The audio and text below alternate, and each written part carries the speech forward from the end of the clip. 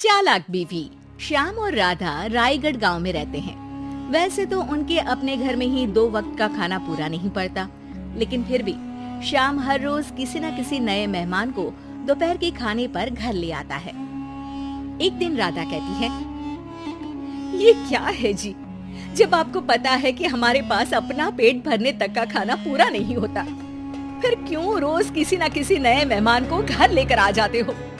ऐसे तो जिंदगी जीना मुश्किल हो जाएगा। मेहमानों को खिलाना पुण्य का काम होता है, इससे भगवान खुश होते हैं। तुम क्यों उसके बीच में आकर पाप की भागीदारी बन रही हो? दोबारा मेरे सामने ऐसी बात मत करना, समझी? इसी तरह राधा बहुत बार श्याम को समझाने की कोशिश करती है, पर वो हर बार एक ही बात बोलकर उसे चुप करा देता है। समझाना तो बेकार है, मुझे ही कोई ऐसी तरकीब सोचनी होगी जिससे मेहमान अपने आप ही यहाँ आना बंद कर दे। राधा तरकीब सोचने में लग जाती है और इसी तरह कुछ दिन बीत जाते हैं। एक सुबह श्याम बिना कुछ बताए जल्दी घर से निकल जाता है और राधा अपने काम में लग जाती है। कुछ घंटों बाद श्याम अपने दोस्त के साथ घर वापस आता है। सुनो राधा, आज दोपहर के लिए 3 मेहमानों का खाना बनाकर रखना और याद रखना उनकी खातिर में कोई कमी ना हो। श्याम की बात पर राधा हैरानी से उसकी तरफ देखने लगती है, लेकिन दोस्त के साथ होने की वजह से कुछ बोल नहीं पाती। घर में तो ठीक तरह से 2 लोगों के खाने लायक तक दाल चावल नहीं है और इन्हें मेहमान बुलाने हैं। बस अपना अपना बोलते हैं, दूसरे की तो कभी सुननी ही नहीं है। क्या करूं मैं? राधा क्या करूं क्या नहीं की उलझन में फंसी ही होती है कि उसके दिमाग में एक तरकीब आती है, जिस पर वो श्याम और उसके दोस्त के घर से बाहर जाते ही रसोई में से सिलबट्टा निकाल कर लाती है। अब मुझे मेरे ये साथी ही इस मुश्किल से बाहर निकालेंगे।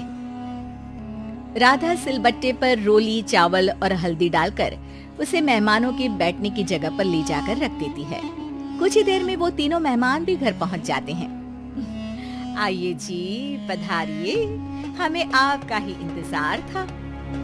जी शुक्रिया। श्याम भाई कहाँ है? वो ना बस आते ही होंगे, तब तक आप बैठिए ना।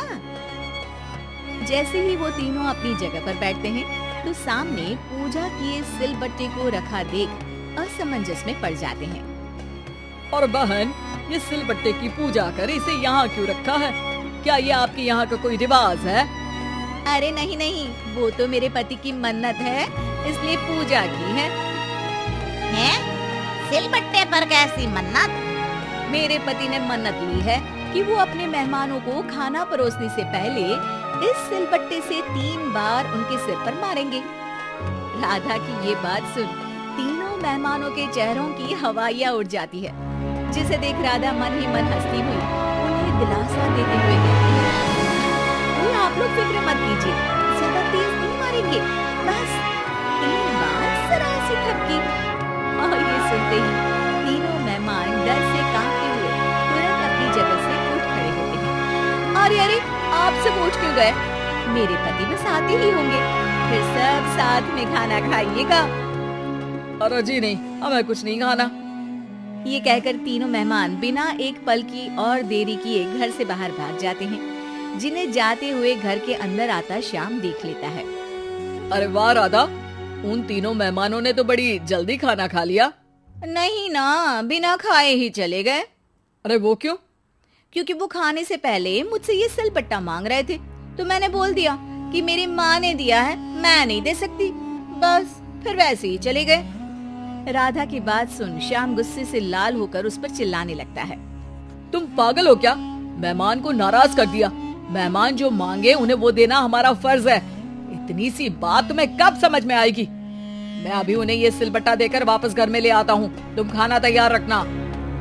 अब श्याम सिलबट्टा उठाए घर से बाहर निकल जाता है और मेहमानों को ढूंढना शुरू कर देता है, जो उसे पास में ही एक पेड़ के नीचे बैठे दिखते हैं। श्याम उनके पास पहुंचने ही वाला होता है कि वो उसे सिलबट्टे के साथ आता देख दोबारा भागना शुरू कर देते हैं, जिस पर श्याम भी उनके पीछे भागने लगता है। अरे रुको, मैं आप लोगों को ये देना चाहता हूँ। अरे आप लोग रुको तो सही। अरे भाई, ये तो हाथ धोकर पीछे पड़ गया है। जुबान कम और पैर तेज चलाओ। वो तीनों पिटाई के डर से और ज्यादा तेज भागने लगते हैं। इसी तरह तीनों मेहमान आगे आगे और श्याम सिलबट्टे के साथ उनके पीछे पीछे पूरे गांव में घूमते हैं, जिससे धीरे धीरे गांव में ये खबर फैल जाती है कि श्याम दयालु और उदार इंसान तो है, लेकिन अब से वो किसी भी मेहमान नवाजी से पहले सिलबट्टे से 3 बार उसके सिर पर मारेगा, जिसके प्रभाव से अब लोग उसके घर खाने पर आना बंद कर देते हैं। मैं तो उन्हें सिलबट्टा देने जा रहा था और लोगों को लगा कि मैं मार रहा हूँ। हाँ, बड़ा बेवकूफ हूँ। अब मेरी ही वजह से कोई यहाँ खाने पर आने के लिए तैयार नहीं है। इस तरह राधा अपनी होशियारी और सिलबट्टे की मदद से श्याम के मेहमानों वाली आदत से छुटकारा भी पा लेती है और घर की शांति भी भंग नहीं होती।